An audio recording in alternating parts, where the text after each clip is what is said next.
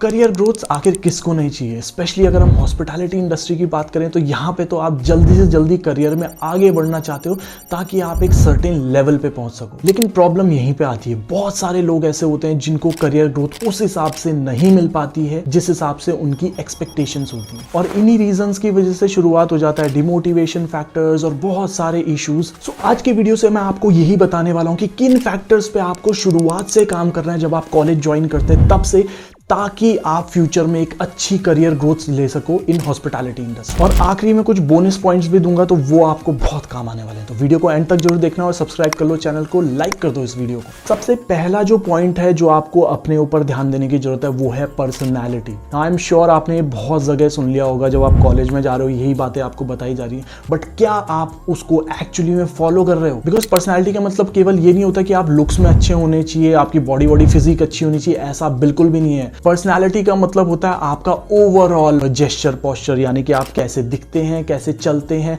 आपका पहनावा कैसे है, और ये सब चीजें आपको शुरुआत से ही बता दी जाती हैं कॉलेज में, लेकिन इसको फॉलो करना तो आपके हाथ में। अगर आप फर्स्ट ईयर से अपनी पर्सनैलिटी में डेवलपमेंट नहीं करोगे तो फ्यूचर में जाके अपना करियर कैसे इसमें अच्छा बना सकते हो? बिकॉज होटल में जब आप काम करते हो तो आप ही एक पोस्टर बॉय पोस्टर गर्ल होते हो अपने होटल के, तो जिस हिसाब से आपकी पर्सनैलिटी होगी, और हर होटल जो भी बेसिकली आपको हायर करना चाहेगा वो उसी को हायर सबसे ज़्यादा करना चाहेगा जिसकी पर्सनैलिटी अच्छी हो। और भी फैक्टर्स होते हैं, बट अगर आपकी पर्सनैलिटी ही अच्छी नहीं है, अगर आप अपने आप को अच्छे से कैरी नहीं कर पाते, अच्छे से चल नहीं पा रहे हो, अच्छे से बात नहीं कर पा रहे हो, ये सब चीज़ें आपके अंदर अगर नहीं है तो फिर वो आपको हायर क्यों करेंगे? Because you will be the poster boy. Specially अगर आप F&B में बात कर लो, फ्रंट ऑफिस में बात कर लो, इवन हाउसकीपिंग में बात कर लो, अगर आपकी पर्सनैलिटी ज़बरदस्त नहीं है, इम्पैक्ट नहीं डाल रही है, तो कोई आपको क्यों लेगा? इसलिए शुरुआत से अपनी पर्सनैलिटी पे काम करना शुरू करिए। अपने पहनावे को देखिए, कैसे आप पहनते हैं कपड़े, से आप बात करते हो, क्या आपके चेहरे पे स्माइल होती है जब आप बात करते हो, ये सारी चीजें बहुत ज्यादा जरूरी हैं हॉस्पिटैलिटी इंडस्ट्री में। लेकिन जो पॉइंट आता है वो भी बहुत जेनेरिक पॉइंट है, वो है नॉलेज। इसको भी हम जानते हैं कि हम जब कॉलेज में जाते हैं तो पढ़ना शुरू कर देते हैं, किताबें जो भी हमारे पास होती हैं, जो कॉलेज में पढ़ाया जा रहा है वो नोट्स बना रहे होते हैं, लेकिन क्या एक्चुअली में उससे हम कुछ सीख रहे हैं? ये भी सोचने वाली बात है। बिकॉज हॉस्पिटैलिटी इंडस्ट्री में केवल किताबी नॉलेज के बेसिस पे आप अच्छा कर जाओ ऐसा ज़रूरी नहीं है, आपको उसके अलावा प्रैक्टिकल नॉलेज होना बहुत ज़्यादा ज़रूरी है। तो केवल जो प्रैक्टिकल आपको कॉलेज में कराया जा रहा है वो भी इनफ नहीं होता है, यानी कि आपको उससे आगे बढ़ के जाना पड़ेगा। You have to go beyond that thing. इसका मतलब ये है कि केवल अगर आप ये सोचो कि किताबों में जो पढ़ा दिया गया वही हॉस्पिटैलिटी इंडस्ट्री है, तो ऐसा बिल्कुल भी नहीं है। आपको उससे आगे बहुत सारी चीज़ें सीखनी पड़ेंगी। फॉर दैट मैटर, अगर आप किसी सॉस के बारे में पढ़ रहे हो, किसी सॉस के बारे में सीख रहे हो, तो उसको डीपली अगर आपको पढ़ना है तो वो आपको किताबों में नहीं मिलेगा, वो आपको ओवरऑल बाहर देखना पड़ेगा। आपको यूट्यूब पे जाके सर्च करना चाहिए, इंस्टाग्राम पे जाके सर्च करना चाहिए, प्रैक्टिकली उसको प्रैक्टिस करना चाहिए। कॉलेज के बाद एक्स्ट्रा करिकुलर करिए, थोड़ा सा बाहर निकलिए, किसी होटल रेस्टोरेंट में जाके काम करिए, अपनी स्किल्स को और बेहतर करने की कोशिश करिए। ये सब हम लोग नहीं करते हैं। हम लोग बस सुबह कॉलेज जाते हैं, शाम को वापस आ जाते हैं, अपना इंस्टाग्राम पे रील स्क्रॉल करते हैं, यूट्यूब पे वीडियोस देखते हैं और उसके बाद बढ़िया करके सो जाते हैं। इस तरीके से अगर आप चलेंगे तो 90% ऑफ द कैंडिडेट्स की तरह ही आप चलते चले जाओगे। आपकी नॉलेज में वो जो एक अलगपन आना चाहिए, एक नेक्स्ट लेवल आना चाहिए, वो नहीं आएगा। और अगर आपको नॉलेज एक्स्ट्रा गेन करनी है तो उसके तो इतने सारे सोर्सेज, जैसा कि मैंने बोला, सोशल मीडिया है, इंस्टाग्राम में केवल फालतू की रील्स देखने के अलावा थोड़ी नॉलेजेबल रील्स भी देख लो, थोड़ा सा यूट्यूब में इस तरीके की वीडियोस देख लो जिससे आपको नॉलेज बढ़े अपने टॉपिक से रिलेटेड। इसके अलावा एक्स्ट्रा करिकुलर करिए, थोड़ा सा अपना जो कॉलेज के बाद है, थोड़ा किसी जगह जाके, किसी रेस्टोरेंट में, किसी होटल में जाके काम करिए, थोड़ा सीखिए, अपनी पर्सनैलिटी पे, अपनी स्किल्स के ऊपर इंप्रूवमेंट करने की सीखिए। तब जाके जो बाकी 90% कैंडिडेट्स है ना, उससे आप अलग होने लगोगे धीरे धीरे। और इसीलिए मैं क्या रेकमेंड करता हूँ कि आप अब्रॉड से इंटर्नशिप करिए, बिकॉज इंडिया में रहते हुए तो आप वही काम करोगे जो हर कोई होटल मैनेजमेंट का स्टूडेंट कर रहा है। जाता है कॉलेज, उसके बाद इंटर्नशिप पे किसी अच्छे होटल में चले जाता है, थोड़ा बहुत वहाँ पे कुछ सीखा तो सीखा, नहीं तो अपनी ट्रेनिंग करने के बाद घर वापस। लेकिन जब आप दूसरे कंट्री जाते हो ट्रेनिंग करने के लिए तो वहाँ पे आपको बहुत हाई लेवल पे अडेप्ट करना पड़ता है। आपके पास अडेप्ट करने के अलावा, नई चीजें सीखने के अलावा ऑप्शन ही नहीं बचता है। और बिकॉज हम कंफर्ट जोन से बाहर निकल रहे होते हैं, हमारी आदत होती है कंफर्ट जोन में रहने की, और हम उससे बाहर निकल रहे होते हैं, कुछ नया सीख रहे होते हैं, तो इस वजह से हमारी जो पर्सनैलिटी है, हमारी जो स्किल्स है, उसमें बहुत ज़्यादा डेवलपमेंट आता है, जो कि आपको फ्यूचर में डेफिनेटली हेल्प करेगा जब आपको जॉब चाहिए हो। सो इसलिए थ्योरेटिकल प्रैक्टिकल नॉलेज और अपनी बाउंड्रीज को थोड़ा सा एक्सपैंड करना बहुत बहुत ज़्यादा ज़रूरी है अगर आप हॉस्पिटैलिटी इंडस्ट्री में ग्रोथ चाहते हैं अच्छी वाली। नेक्स्ट जो पॉइंट आता है वो है combination of hard work and smart work. Now hard work is very important in this industry, वो आपको ऑलरेडी पता होगा जो लोग होटल मैनेजमेंट करने जा रहे हैं या कर रहे हैं, बिकॉज यहाँ पे आपको खड़े खड़े काम करना होता है, you don't have to sit and do your job, plus आपको हमेशा स्माइल रखनी होती है on your face, shift based नौकरी होती है। ये सारी चीज़ों का कॉम्बिनेशन आपका हमेशा बना रहेगा इस इंडस्ट्री में, और आपको ये चीज़ तो हमेशा पता रहेगी कि यार हार्ड वर्क तो आपको करना ही करना है। सो उसमें तो कोई दो राय नहीं है, लेकिन एक बहुत इंपॉर्टेंट चीज़ उसके साथ जुड़ जाती है जिसके बारे में आप लोगों को नहीं पता होता है, वो है स्मार्ट वर्किंग स्किल्स। यानी कि आपको काम को इस तरीके से करना है कि आपको ज़्यादा हार्ड वर्क ना करना पड़े, काम इस तरीके से करना है कि आपकी एफिशिएंसी बढ़ जाए, एक टाइम पे आप 2 से 3 काम एक साथ कर पाए, मल्टीटास्किंग कर पाए, जिस वजह से आपकी एफिशिएंसी बढ़े और आपको मेहनत कम करनी पड़े। इस तरीके की चीज़ें आप सीखते हो जब आप होटल में जाते हो काम करने के लिए, और स्मार्ट वर्किंग स्किल्स पे जब आप मेहनत करते हो तो डेफिनेटली आपको बहुत फायदा मिलता है इसका फ्यूचर। नाउ स्मार्ट वर्किंग का मतलब केवल ये नहीं है कि आप अपनी एफिशिएंसी को बढ़ा दे रहे हो, हार्ड वर्क आपका कम हो जा रहा है, इसके अलावा भी स्मार्टनेस आपको दिखानी पड़ेगी। जो भी आप काम करते हो उसको आपको दिखाना पड़ता है कि हाँ मैंने ये काम किया है। केवल ये नहीं कि अपना मेहनत करते जा रहे हो, काम करते जा रहे हो और किसी को पता भी नहीं लग रहा है कि आपने ये काम किया है, ऐसा नहीं होता है। ये इंडस्ट्री शोबिज इंडस्ट्री है, यहाँ पे जो दिखता है वही बिकता है। आप गेस्ट को लग्जरी दिखाते हो तभी जाके तो वो गेस्ट वहाँ पे 5 स्टार होटल में लग्जरी की वजह से आता है। वैसे ही आपको अपना काम भी दिखाना पड़ेगा कि मैंने ये काम किया है, एंड जब आप अच्छे से काम करोगे और उसको अच्छे से दिखा पाओगे कि yes you have done this work,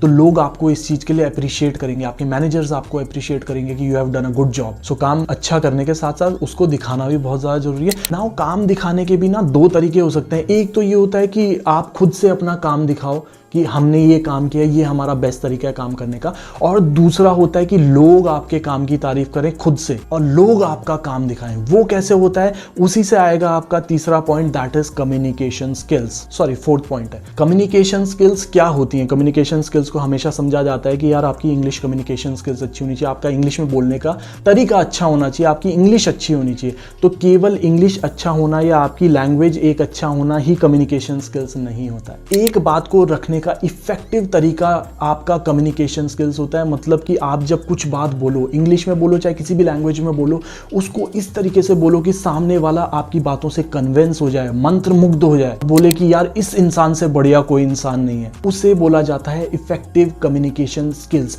और ये एक बहुत इंपॉर्टेंट पॉइंट है जो आपको समझने की जरूरत है अगर आपको ग्रो करना है इस इंडस्ट्री में, बिकॉज ये है customer service industry, guest service industry. यहाँ पे आप डायरेक्ट डीलिंग कर रहे हो गेस्ट के साथ। अगर उन्हें अपनी बातों में मंत्रमुग्ध नहीं कर पाओगे, अगर उन्हें अपनी बातों में नहीं आप कन्विंस कर पाओगे, तो कल के दिन में वो आपकी सर्विसेज क्यों लेगा और आपको क्यों प्रेफर करेगा। सो इसीलिए आपकी कम्युनिकेशन स्किल्स इतनी कन्विंसिंग होनी चाहिए, इतना ज़्यादा आपकी कम्युनिकेशन स्किल्स में इतनी मंत्रमुग्ध कर देने वाली बातें होनी चाहिए कि सामने वाला बंदा खुद बोले कि यार वो बंदा मुझे चाहिए अपनी सर्विस के लिए। यहीं से आता है जो पॉइंट मैंने छोड़ा था कि या तो आप अपने काम को खुद दिखाते हैं कि मैंने ये काम किया, या फिर लोग आपका काम दिखाते हैं। और यहाँ पे सबसे इंपॉर्टेंट लोग जो होते हैं वो है कस्टमर्स और गेस्ट। यानी कि जब आप उन्हें अच्छी सर्विस देते हो और उसके साथ साथ उनके साथ अच्छे लिए इफेक्टिवली कम्युनिकेट करते हो, एकदम फैमिली वाली फीलिंग दिला पाते हो उसको। जैसे कि आपके घर में कोई गेस्ट आता है, उनके साथ आप जिस तरीके से बात करते हो, उनके साथ कम्युनिकेट करते हो, हर चीज़ में उनको स्पेशल फील कराने की कोशिश करते हो, उसी तरीके से जब आप अपने गेस्ट को जो होटल में आए हैं उनको स्पेशल फील कराने की कोशिश करते हो, उनके साथ अच्छे से बात करते हो, तो वो एक एक्स्ट्रा स्टेप जाते हैं आपके लिए। और जब भी आप उनसे फीडबैक मांगोगे तो वो डेफिनेटली आपका नाम उसमें मेंशन करेंगे। एंड इससे होता ये है कि जब भी फीडबैक्स में आपके 5 जगह 10 जगह 20 गेस्ट ने आपके नाम लिख दिए, तो आपको किसी को बोलने की जरूरत भी नहीं पड़ेगी कि आप इतना अच्छा काम कर रहे हो, लोग खुद आपके काम को रिकॉग्नाइज करने लगेंगे। और ऐसा नहीं कि केवल मैनेजर्स ही आपका काम रिकॉग्नाइज करेंगे, बल्कि जीएम एंड इवन कॉर्पोरेट्स तक आपकी बात चली जाएगी कि ये बंदा कौन है, बिकॉज उनके सामने तो 500,000 लोग खड़े होते हैं स्टाफ में, लेकिन किसी का नाम अगर बार बार पॉपअप हो रहा है कि this name mister Vivek has been doing this thing very good, जब बार बार आपका नाम इस चीज में पॉपअप होता रहेगा तो डेफिनेटली सीनियर मैनेजर भी आपको कंसिडर करेगा कि इस बंदे को बुलाओ यार, ये है कौन, ऐसा क्या कर रहा है कि जिस वजह से हर कोई गेस्ट इसकी तारीफ करके जा रहा है। एंड यहीं पे आपका स्मार्ट वर्क और कम्युनिकेशन और सर्विस का कॉम्बिनेशन बनता है, जिसके बेस पे आप एक अच्छी ग्रोथ ले सकते हो। ऑब्वियसली जब आपका नाम इतना उठेगा तो आपको ग्रोथ मिलनी ही मिलनी है ना। उसके बाद जो एक नेक्स्ट पॉइंट है वो बहुत ज़्यादा इंपॉर्टेंट पॉइंट है, स्पेशली हमारी हॉस्पिटैलिटी इंडस्ट्री में, में वो है कि आपको कनेक्शन बिल्डिंग करनी पड़ेगी। यानी कि जो आपके साथ के कलीग्स हैं, आपके जूनियर्स हैं, आपके सीनियर्स हैं, हर किसी के साथ आपकी बातचीत ऐसी होनी चाहिए, ऐसा कनेक्शन होना चाहिए कल के दिन में वो किसी दूसरी जगह जाते हैं, एक अच्छी पोजीशन पे जाते हैं, तो वो आपको भी वहां पे ले सकें अगर उनके पास अपॉर्चुनिटी है तो। बिकॉज ये इंडस्ट्री कनेक्शंस पे चलती है एक लेवल के बाद, स्पेशली जब आप असिस्टेंट मैनेजर से ऊपर लेवल की पोजीशन पे पहुंच जाते हो, उसके बाद आपका काम से ज्यादा ये देखा जाता है कि आपके कनेक्शन कितने अच्छे हैं। यानी कि अगर आपका कोई जनरल मैनेजर ऑलरेडी जानने वाला है और आप एक असिस्टेंट मैनेजर की पोजीशन के लिए अप्लाई कर रहे हो, तो बहुत हाई चांस है कि आपको वहां पे ले लिया जाएगा। बिकॉज देखो, एक लेवल जब आता है असिस्टेंट मैनेजर के ऊपर वाले लेवल पे, तो वहां पे ये लगने लग जाता है कि हर कोई काम तो जानता ही होगा, इसीलिए असिस्टेंट मैनेजर की पोजीशन तक पहुंचा है, तो क्यों ना उस इंसान को लिया जाए जिसको हम जानते हैं। इसलिए आपको कनेक्शन बिल्डिंग बहुत ज्यादा जरूरी है, वो आपको उस पर बहुत ज्यादा फोकस करना पड़ेगा, तब जाके आपको फास्ट करियर ग्रोथ देखने को मिलेगी। तो ये तो थे 5 पॉइंट्स जो कि बहुत इंपॉर्टेंट है अगर आपको अपना करियर बिल्डअप करना है। इसके अलावा कुछ बोनस पॉइंट्स आपको बता देता हूं जिसके बेसिस पे आप और अच्छा ग्रोथ कर सकते हो।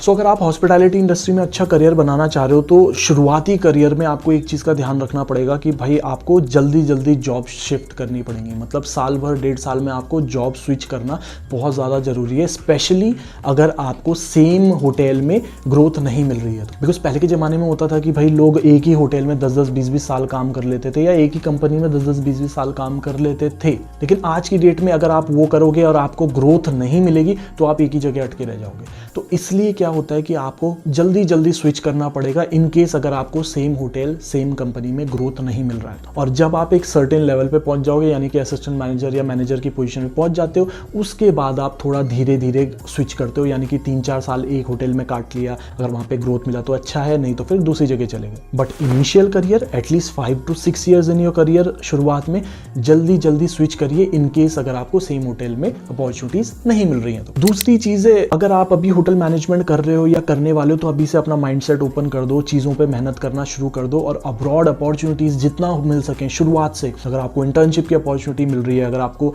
कोई भी तरीके की अपॉर्चुनिटी मिल रही है, उसके लिए जाओ। आपका माइंडसेट ओपन होगा, आपका दुनिया को देखने का नजरिया बदलेगा और डेफिनेटली फ्यूचर में आप ग्रोथ करने की तरफ ध्यान दोगे, अपने आप को अब्रॉड दूसरे कंट्री में भेजने की कोशिश करोगे। एंड डेफिनेटली दूसरे कंट्री जब आप जाते हो तो आपकी ग्रोथ के चांसेस बहुत हाई हो जाते हैं बाद में जब आप इंडिया में वापस आते हो तो ये सब करना बहुत ज़रूरी है। अगर आपको अभी भी डाउट है कि भाई कैसे हम ये सब कर सकते हैं, या फिर हमें तो यही नहीं पता कि कॉलेज हमें कैसे अच्छा मिल सकता है, तो उसके लिए आप मुझे व्हाट्सएप कर दीजिए, मेरा नंबर यहीं पे फ्लैश हो रहा है। बाकी कोई भी क्वेश्चन है, क्वेरी है, तो आप मुझे व्हाट्सएप तो कर ही सकते हो, साथ ही इंस्टाग्राम में फॉलो कर सकते हो। और connection, as I said, connection बनाना बहुत ज़रूरी है, तो उसी के लिए आप मुझे लिंक्डइन में भी फॉलो कर सकते हो। फ्यूचर में कोई भी चीज़ रहेगी, रिक्वायरमेंट रहेगी, कोई भी चीज़ होगी, तो मैं वहाँ पे डेफिनेटली वो पोस्ट मैं करता रहूँगा। सो आज की वीडियो के लिए इतना ही है। Thank you so much, have a nice day, bye.